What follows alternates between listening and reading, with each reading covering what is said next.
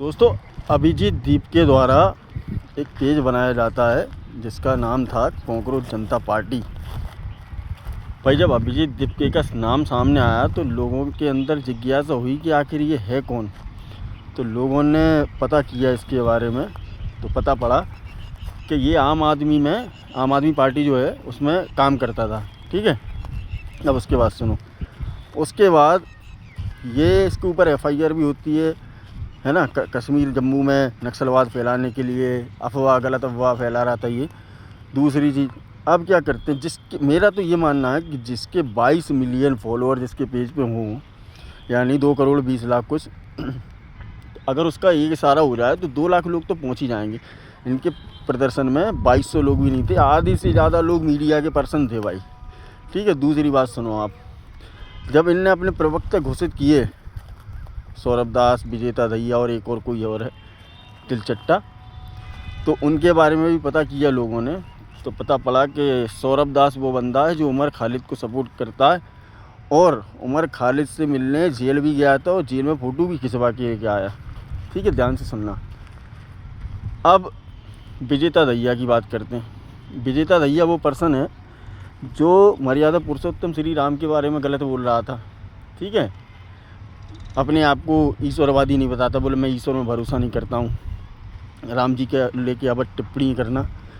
उसके बाद जब लोगों को पता पड़ा कि भाई ये लोग जो नीट का प्रदर्शन कर रहे हैं, नीट के एग्ज़ाम को लेके, तो जब लोगों को पता पड़ा तो जो युवा है उनके अंदर थोड़ी सी एक वो हुई कि नहीं यार, हमको भी जाना चाहिए। लेकिन जब लोगों ने पता करना चालू किया इनके बारे में दोस्तों, तो लोगों ने इनके पीछे खुद हट गए। अब कई सारे लोगों ने वीडियो बना के डाल दी। बिल्कुल सही कहा उन लोगों ने कि भाई इन लोगों के पास है पैसा। मान लो अगर ये लोग जेल में भी चले जाएंगे तो जेल जाने की इनके लिए बड़ी खबर बनेगी, और जब ये जेल से निकल के आएंगे तब भी मीडिया जेल के बाहर खड़ी होगी इनके लिए। ठीक है, दूसरी चीज़ सुनना आप, अब इसमें जो युवा है उस पर अगर FIR दर्ज हो गई तो उसके लिए कौन लड़ेगा? कोई नहीं उसका। और मान लो कि अगर जो भीड़ वहाँ पे जुटती और उग्र हो जाती है, पुलिस लाठी चार्ज कर देती, अगर कोई हवलदार डंडा मार देता, किसी का पैर टूट जाता, जो SI और आर्मी वगैरह जिसकी भी तैयारी कर रहा हो फौज की, उसका भविष्य ख़त्म हो जाता। ठीक है, इनका क्या जाता? कुछ भी नहीं, उसको जीवन भर भोगना पड़ता। लोग बाग इनके प्रोटेस्ट में इसीलिए नहीं गए। अब इनने क्या किया कि नीट के एग्ज़ाम की आड़ में इनने भारत विरोधी नारे लगाना चालू किए। ठीक है, उसके बाद इनने RSS मुर्दाबाद के नारे लगाए, इनने जय भीम करके नारे लगाए। भीमराव अंबेडकर साहब, बाबा साहब जो हैं इस देश के सम्माननीय हैं। आप इन लोगों का किसी का भी, चाहे वो हिंदू संगठन हो चाहे बाबा साहब हों, आप इनका नाम लेके नीट की आड़ में आप पॉलिटिकल एजेंडा चला रहे हो अपना, मतलब अपनी पार्टी को और आगे बनाने के लिए आप राजनीति कर रहे हो इस पर। और जिन छात्रों के साथ जो होना था उसके बारे में आपको ज़रा भी ख्याल नहीं है।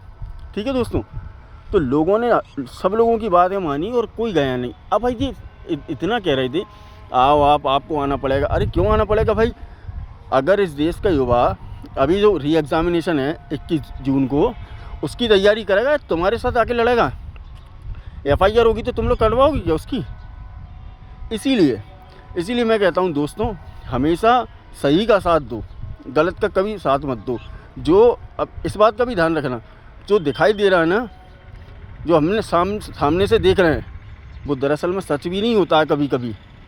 ये लोग वो लोग हैं जो किसी और की आड़ लेके, किसी और का हाथ रख के अपने ऊपर और दूसरे के कंधे पर रख के बंदूक चलाना चाहते थे ये लोग। जय हिंद दोस्तों।